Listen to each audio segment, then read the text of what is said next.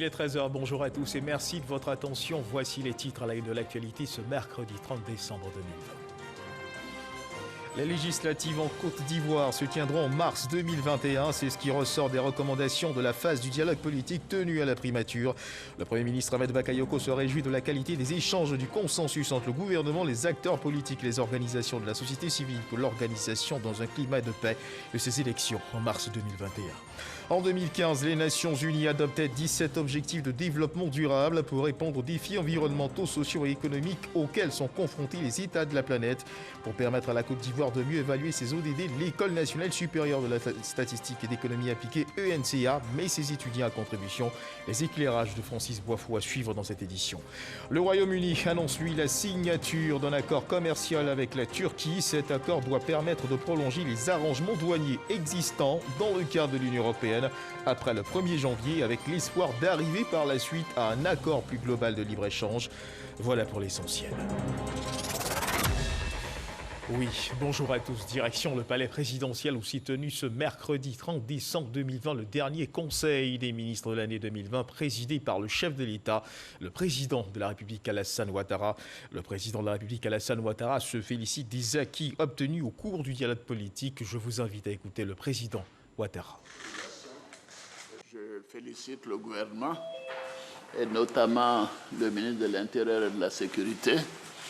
Et je félicite bien évidemment tous les participants, aussi bien les représentants des partis politiques que de la société civile. Je crois que c'est un pas important. On ne peut pas tout régler en un seul jour, mais le fait qu'il y ait eu un accord pour aller aux élections législatives dans le courant du mois de mars. D'ailleurs, nous allons pouvoir fixer la date aujourd'hui avec les propositions qui nous ont été faites par la Commission électorale indépendante. Ceci est un élément très important d'avoir des élections inclusives. Et je note que tous les partis politiques ont indiqué leur accord, leur souhait de participer à ces élections, qui nous permettra de voir le vrai paysage politique de notre pays après plus de 10 ans d'absence de certains partis politiques. Et je suis personnellement engagé à faire en sorte que les mesures d'apaisement puissent être prises, mais dans le cadre de la loi, bien évidemment. Le Premier ministre et le ministre de la Justice ont déjà fait des propositions. Ceci étant, bien sûr, c'est des dossiers qui sont entre les mains de la justice. Et je souhaite que tout le monde tienne compte de notre volonté d'apaisement et de reprise du dialogue après les élections législatives. Le président Bédié et moi-même nous sommes parlé à plusieurs occasions de ces derniers temps et nous sommes convenus de reprendre le dialogue bilatéral dans les prochains jours, certainement, dans la deuxième quinzaine du mois de janvier. Ceci permettra d'évoquer un certain nombre de points en suspens et de montrer à nos concitoyens que nous sommes sur la voie de la consolidation de la paix pour notre pays. Nous voulons un pays en paix et compte tenu des progrès qui sont réalisés, avec la paix, nous irons encore plus vite. Donc, Monsieur le Premier ministre, toutes mes félicitations et je félicite le gouvernement et je vous encourage à continuer. Voilà, Alassane Ouattara, président de la République de Côte d'Ivoire. À l'instant, le reportage complet de Jérôme Kofi Abola à suivre à l'édition de 20h. Justement, en rapport avec ce dialogue du côté de la primature, hier, mardi 29 décembre 2020, la phase 3 du dialogue politique qui s'est ouverte le 21 décembre dernier et qui vient finaliser les travaux en comité restreint s'est achevée. Les élections législatives, nous le disions à l'entame de cette édition, auront lieu en mars 2021. L'une des principales recommandations qui a fait l'unanimité des partis réunis ce mardi à la primature, en présence du Premier ministre Ahmed Bakayoko. Alexis Ouedraogo. Organisation des élections législatives en mars 2021, renforcement de la sécurisation du processus électoral, levée du mot d'ordre de désobéissance civile. Voilà quelques recommandations de la phase 3 du dialogue politique. Ce mardi à la primature, l'heure était à la restitution des conclusions et autres recommandations. Ouvert le 21 décembre dernier, cette phase 3 du dialogue vient finaliser les travaux en comité restreint, portant notamment sur l'environnement politique et la commission électorale indépendante face aux prochaines législatives dans le pays. À l'issue du dialogue politique, les parties prenantes condamnent unanimement la violence et l'incivisme sous toutes leurs formes, comme mode de conquête et de gestion du pouvoir d'État, conformément au préambule de la Constitution ivoirienne. Les parties prenantes font les recommandations suivantes. La désignation des membres des bureaux des commissions électorales locales conformément aux dispositions légales en vigueur. Le retour dans les organes de la commission électorale indépendante des partis politiques membres qui ont suspendu leur participation. L'élargissement à d'autres partis politiques de la composition de la commission centrale de la CEI, conformément aux recommandations de la CEDEAO, sans préjudice de l'équilibre de celle-ci. Avec le dialogue franc qui a conduit les travaux, un consensus a été trouvé autour de la législative. Les élections législatives dont nous venons ensemble de décider de la tenue en mars 2021 permettront à nos compatriotes de choisir librement leurs représentants au sein de la prochaine Assemblée nationale. À présent, notre responsabilité à tous est de persévérer dans cette voie de la concertation pour consolider les acquis du présent dialogue politique. Je voudrais réitérer ma disponibilité et celle du gouvernement au dialogue. Ce dialogue, nous le souhaitons permanent. Entre autres propositions, l'amélioration du découpage électoral en maintenant les acquis, le financement public des candidats aux élections législatives, ainsi que la poursuite des discussions entre le président Henri Konan Bédié et Alassane Ouattara. Les participants ont souhaité le maintien du cadre de discussion permanent. Le chef du gouvernement, Ahmed Bakayoko, lui salue le large consensus dégagé.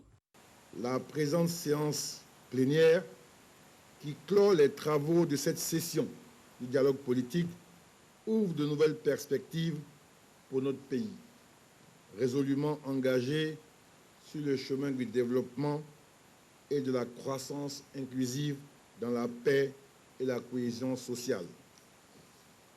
À cette fin, joignons dans les tout prochains jours les actes aux engagements que nous venons de prendre. Partis, groupement de partis politiques teneurs de l'opposition, se prononcent au sorti de cette rencontre. Nous avons apprécié l'esprit de l'intervention du Premier ministre. C'est un esprit d'apaisement, un discours qui encourage à la paix et au dialogue, puisque ce dialogue sera toujours un dialogue permanent et les problèmes qui restent en suspens feront l'objet de prochaines séances. Pendant ces 3 jours, aucun parti n'a été absent. On a tous été présents. On a eu de longs jours, de longues nuits d'échanges. Et aujourd'hui, on peut noter une grande satisfaction, c'est qu'un apaisement, le process est engagé, c'est une dynamique. Il y a peut-être des points sur lesquels la plateforme de l'opposition a peut-être des réserves, mais nous notons que les élections législatives auront lieu en mars et que nous sommes dans une dynamique d'apaisement et que les présidents sont dans une bonne dynamique et pour nous, c'est donc un succès. Nous voulons également encourager les partis politiques à renoncer définitivement à l'usage de la violence, comme cela est inscrit dans les conclusions de ce document, de ce dialogue qui, je le rappelle, mentionne des points qui ont fait l'objet d'accords entre toutes les personnes ayant pris part à ce dialogue. Nous les encourageons à faire en sorte que les actes suivent ces mots qui sont consignés là et que la décrispation annoncée soit une réalité et que la renonciation définitive à des propos belliqueux, à des actes belliqueux cesse pour que les Ivoiriens respirent la joie en cette fin d'année. Le dialogue politique devra lui devenir un cadre permanent d'échange en vue de garantir la stabilité sur la scène politique. Un dialogue politique qui suscite énormément d'espoir dans le cœur des Ivoiriens alors que l'année 2020 vit ses derniers moments. Dans un instant, vous allez le voir et l'entendre, les Ivoiriens, les politiques expriment cette soif de paix et saluent ce genre d'initiative qui doit permettre de laisser loin derrière toute menace à l'unité nationale. Éric Goré. L'année 2020 s'achève dans quelques jours. L'actualité politique, quant à elle, suit son cours normal. Les Ivoiriens, eux, sont partagés entre préparatifs des festivités de fin d'année et actualité politique. Un seul mot leur revient à la bouche, paix en Côte d'Ivoire. Ça m'arrive souvent de prier pour la Côte d'Ivoire parce que je veux la paix, surtout la paix et l'amour dans ce pays-là. C'est dans ce contexte qu'intervient la reprise du dialogue politique. Ce dialogue est une lueur d'espoir pour ces Ivoiriens. Cette séance d'ouverture a suscité en nous beaucoup d'espoir puisque le discours tenu a été un discours d'apaisement, un discours qui appelle à la confiance, un discours qui appelle également à œuvrer ensemble pour que la paix revienne dans notre pays. Vous savez qu'en tant que président de EDS, ayant pour référent politique le président Laurent Gbagbo, qui nous a toujours enseigné de asseyons-nous pour discutons. Je crois que nous sommes venus dans cet esprit de nous asseoir pour discuter et je pense qu'en discutant, on peut régler tous les problèmes et je pense que dans ce point, le gouvernement nous a donné l'assurance qu'on peut régler tous les problèmes. Nous avons toujours dialogué et ce n'est pas aujourd'hui que nous allons refuser le dialogue. Et le Premier ministre a fait une très bonne annonce, à savoir que nous allons reprendre et qu'il est très ouvert. En tout cas, nous voulons au niveau du Front populaire ivoirien et de l'AFD le remercier et remercier aussi le président de la République. Il n'est jamais trop tard pour mieux faire. L'opposition et le parti au pouvoir se retrouvent encore à la même table de négociation. Il y a un temps pour tout sur la terre, comme le dit la Bible. Il y a un temps pour la guerre et il y a un temps pour faire la paix. Et nous sommes résolument engagés dans le temps de la paix. On doit se parler d'abord et puis aplanir les différences, les difficultés et puis surtout les incompréhensions. Des négociations qui vont forcément déboucher sur des concessions. Toute forme d'action, d'initiative qui rentre dans la consolidation de cette unité, qui rentre dans, qui participe à renforcer l'unité nationale et la réconciliation, est forcément une bonne chose. Si le président de la République et l'ensemble des leaders de l'opposition de notre pays estiment qu'à travers un gouvernement d'unité nationale, eh bien, on retrouverait davantage la réconciliation, où tous les Ivoiriens seraient heureux de travailler, de continuer de vivre ensemble, c'est certainement pas nous qui allons estimer que c'est une mauvaise idée. Cette idée est battue en brèche. L'opposition doit s'opposer selon les règles et les normes requises en la matière et le parti au pouvoir doit gouverner pour montrer ce qu'il sait faire. Dans tous les cas, le dernier mot reviendra au président de la République.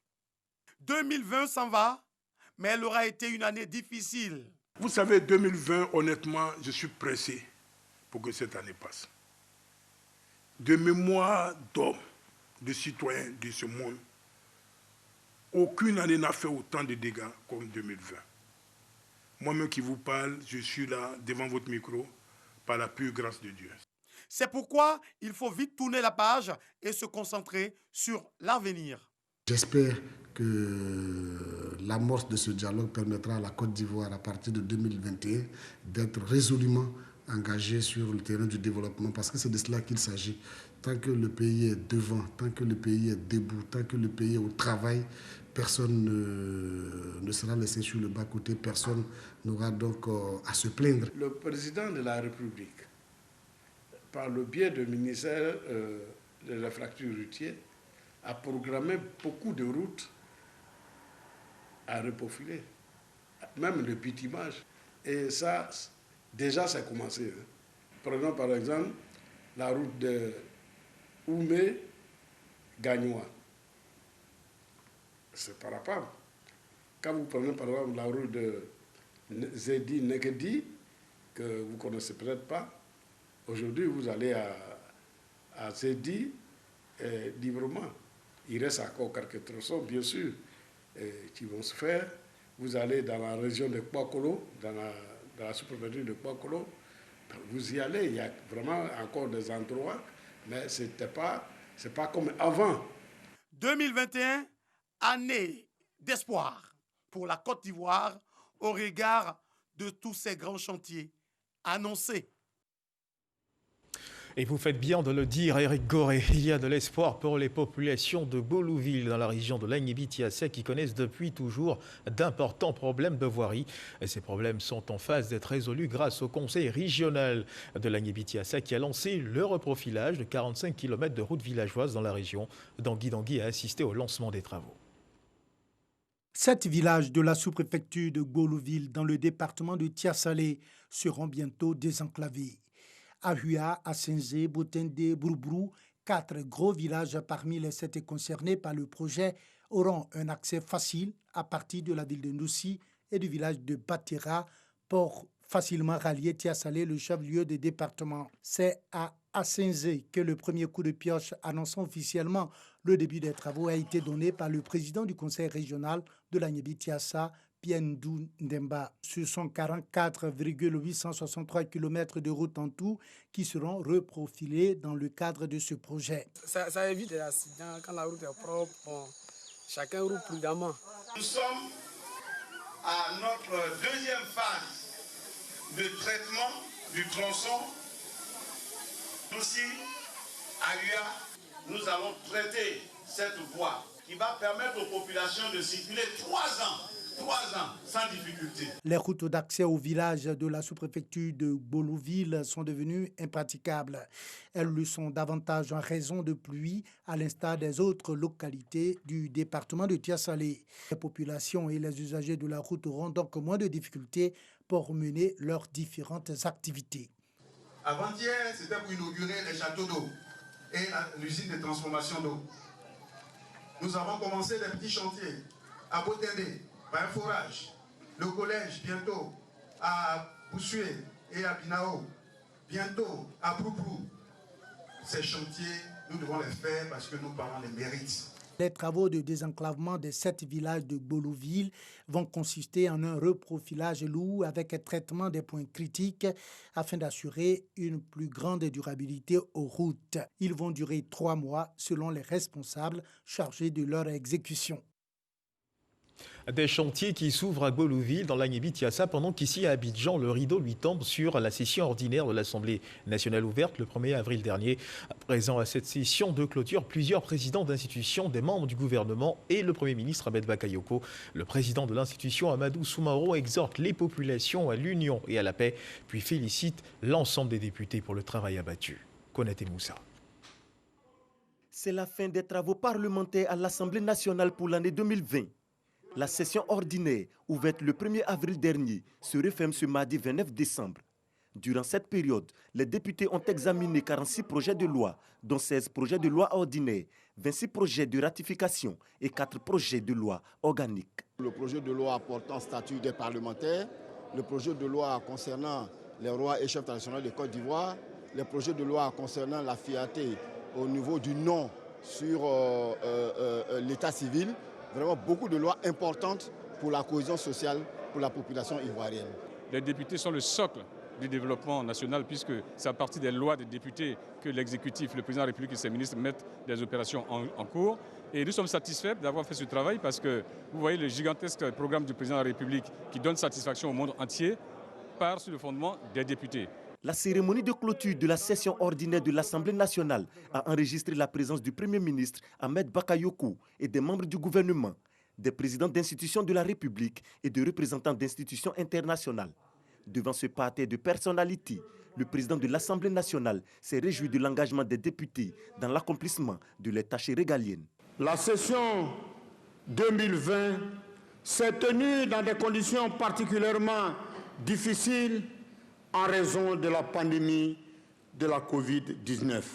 Cependant, ce contexte difficile n'a nullement entravé notre engagement dans la réalisation de notre mission. Nous avons dû réinventer notre mode de fonctionnement pour nous adapter à ce contexte, à l'instar des autres services de l'État. Le président Amadou Soumaoro a également appelé la classe politique à la paix et au dialogue. La paix est précieuse et indispensable au bien-être humain. J'invite donc de manière pressante la classe politique à s'approprier l'appel du président de la République invitant au dialogue afin de permettre à la Côte d'Ivoire de poursuivre son développement dans la quiétude et dans la sérénité. J'exhorte par conséquent tous les citoyens de notre pays à cultiver la paix par le dialogue, la cohésion sociale et l'unité nationale. Fini donc les travaux des députés pour l'année 2020. La prochaine rentrée parlementaire est prévue pour avril 2021, après les élections législatives. Et toujours à l'hémicycle, après la cérémonie de clôture de la session ordinaire des travaux parlementaires pour l'année 2020, 24 agents administratifs en service dans cette institution ont été décorés dans plusieurs ordres pour leur abnégation au travail. Godefroy Okambawa. Ils sont au nombre de 24, ces agents en service dans l'administration de l'Assemblée nationale de Côte d'Ivoire à être décorés. Ils le sont pour leur mérite et leur abnégation au travail. Parmi eux, 2 décorés à titre posthume. Ces récipiendaires, par la voix de leur porte-parole, traduisent leur reconnaissance à la nation et s'engagent à œuvrer pour le rayonnement de cette institution. Nous vous remercions, Monsieur le Président, du fond du cœur pour cette reconnaissance du mérite des membres de l'Assemblée nationale dont vous êtes l'instigateur, et cela restera à jamais gravé dans les annales de notre institution, mais également dans nos mémoires. Remettant ces distinctions, le président de l'Assemblée nationale, Amadou Soumaoro, a invité les récipiendaires à plus de rigueur au travail afin de mériter encore plus la reconnaissance de la nation. Votre distinction n'est pas la fin de votre parcours professionnel.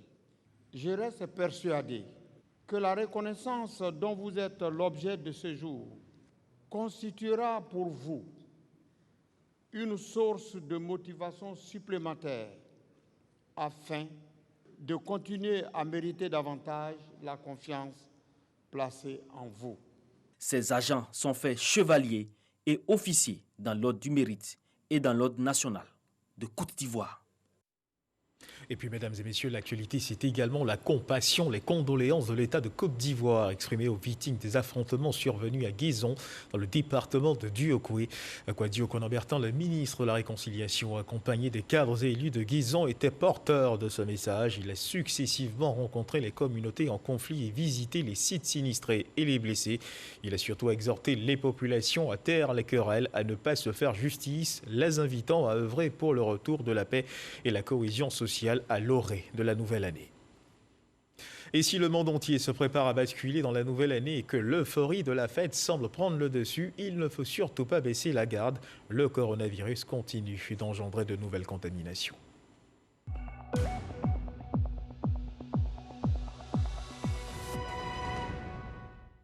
Et justement, en rapport avec cette actualité, pour ce qui concerne le point journalier du ministère de la Santé et de l'Hygiène publique, il faut retenir qu'à la date du 29 décembre, 74 nouveaux cas de Covid-19 ont été enregistrés sur 992 échantillons prélevés, soit 7,5% de cas positifs, 96 guéris et 0 décès. À la date du 29 décembre, donc, la Côte d'Ivoire compte à ce jour 22 250 cas confirmés, dans 21 872 personnes guéries, 137 décès et 241 cas actifs. Le nombre total d'échantillons est de 255 003. Redonner de l'espoir à ceux qui l'ont perdu. Voici le sens de l'action initiée par l'ONG internationale La Nouvelle Chance. L'acte de solidarité a été exprimé du côté du centre hospitalier régional Félix Houphouët-Boigny d'Abobo. Les membres de cette ONG ont rendu visite aux patientes de la maternité et aux admis en soins pédiatriques du CHR d'Abobo. Les bras chargés de kits alimentaires composés de savon, de riz, d'huile, de vêtements pour bébés, de kits d'entretien de jouets pour les enfants. Un geste humanitaire apprécié à sa juste valeur par les bénéficiaires. Salim Atoudia. Les malades du centre hospitalier régional Félix Houphouët-Boigny d'Abobo ont retrouvé le sourire lors du passage de l'ONG internationale The New Chance. Un don de kits d'hygiène et de kits alimentaires ont été offerts aux patients en soins pédiatriques et à la maternité. Ça m'a trop soulagée. Je n'ai jamais vu cette photo à l'hôpital d'Abo. Je suis très heureuse et je suis contente. Je vous remercie vous tous. Un cadre caritatif bien apprécié du directeur du CHR d'Abobo. Il était important pour l'ONG de New Chance de démarrer ses activités en Côte d'Ivoire par une action sociale en faveur de nos enfants, ceux-là même qui constituent notre espoir. En effet, la vocation assignée à The New Chance par son président, M. Issa Kamara, est de raviver l'espoir chez ceux qui l'ont perdu, car il croit au potentiel de chaque être humain à transcender les épreuves de la vie, pour peu qu'il soit soutenu. Ce geste de solidarité envers le couple mère-enfant marque la première sortie de l'ONG en Côte d'Ivoire, qui veut ainsi redonner espoir à ceux qui l'ont perdu. On dit, quelqu'un disait, il n'y a de richesse que d'hommes. Ce sont les hommes qui font une société. Mais ce sont des hommes valides, qui sont en bonne santé, qui peuvent vraiment créer la richesse. Donc agir sur l'homme, c'est agir même sur toute la société entière. C'est pour ça que nous sommes vraiment très heureux de vous accueillir. L'ONG entend mettre un accent particulier sur l'éducation, la santé ou encore la lutte contre la pauvreté, qui font partie également de leur mission. Et puis une autre action de haute portée sociale reste certainement, assurément, celle engagée par les agents de la SICOGI, la Société ivoirienne de construction et de gestion immobilière, qui ont fait don de leur sang au Centre national de transfusion sanguine pour tenter de répondre au manque de sang exprimé par le centre. On voit tout cela en images avec Cheikh Kodé. Ils ont abandonné dossiers et autres tâches professionnelles du jour, le temps pour eux de faire don de leur sang. Par ce acte, les agents de la Société ivoirienne de construction et de gestion immobilière SICOGI ont voulu marquer leur soutien à la mobilisation pour combler le déficit du sang subi par le Centre national de transfusion sanguine, CNTS, depuis l'avènement de la crise sanitaire du coronavirus. C'est une action citoyenne. Il est très important de contribuer à tout ce qui peut permettre à l'être humain de se réaliser et surtout d'avoir la santé. Pour nous, en nous inscrivant dans cette donne-là, nous contribuons de manière efficace à apporter un bien-être à tous ceux qui sont dans ce besoin de sang. Nous avons répondu à un appel des autorités sanitaires pour donner du sang et aider les malades dans les hôpitaux, dans nos différents hôpitaux. Voilà un peu pourquoi nous sommes là ce matin. Le directeur général adjoint de la SICOGI, Yacouba Serifou, qui représentait le directeur général Bouaké Fofana, s'est félicité de cette grande mobilisation. C'est vrai que notre mandat premier, c'est de veiller au logement des populations dans un cadre décent. Mais bien sûr, s'il y a un cadre décent, il faut également que ces gens soient en bonne santé. Et les problèmes de sang, le don de sang, est un acte qui permet donc d'apporter un appui à la santé en cas d'urgence, en cas de détresse. C'est en cela que nous estimons que ça rentre également dans notre mandat social. Selon les chiffres alarmants du CNTS, le stock actuel de produits sanguins n'arrive plus à couvrir la totalité de la demande nationale. Avec l'avènement de la Covid-19, une baisse de plus de 80% des poches de sang est enregistrée. Et on change de registre cette fois pour parler d'objectifs de développement durable. En 2015, souvenez-vous, les Nations Unies ont adopté 17 objectifs de développement durable pour répondre aux défis environnementaux, sociaux et économiques auxquels sont confrontés les États de la planète. Pour permettre à la Côte d'Ivoire de mieux évaluer ces ODD, l'École nationale supérieure de la statistique et d'économie appliquée, l'ENCA, met ses étudiants à contribution. On en sait plus avec Francis Boifou.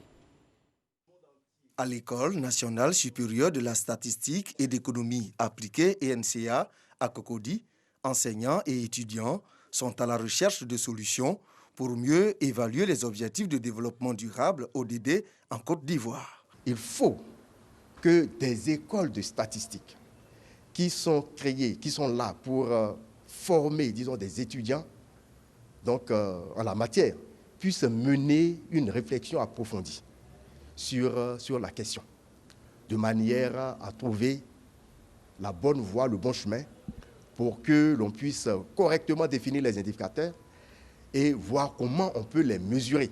On veut que nous puissions respirer, disons, dans les villes, de l'air pur. Comment est-ce que nous allons le faire de manière à ce qu'on puisse le suivre correctement. Oui, il y a la possibilité de voir les émissions de CO2, les émissions de la pollution urbaine. Il y a des méthodes, disons, pour mesurer, disons, ces choses-là. Mais nos pays ne sont pas encore équipés en la matière.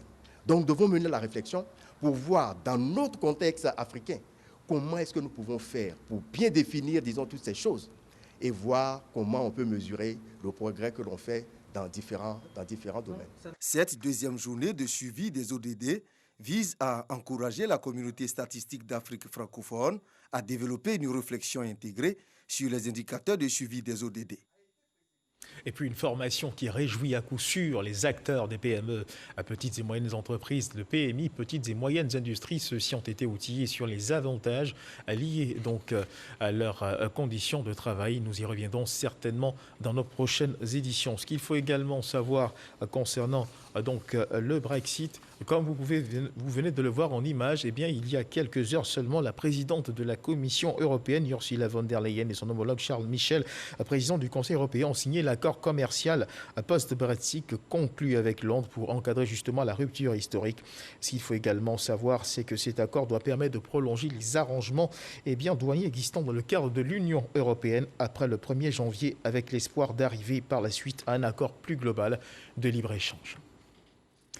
Voilà, donc on poursuit justement le cours normal de ce journal. Ici à Abidjan, on a enregistré le lancement effectif du quotidien Abidjan 24 et l'hebdomadaire Le Télégramme d'Abidjan. C'était dans la commune de Cocody. Nous y reviendrons certainement dans nos prochaines éditions. Un reportage signé Patricia Omouetia, et c'est sur cette information que se referment les pages de cette édition. Merci de nous avoir suivis. Dieu garde la Côte d'Ivoire.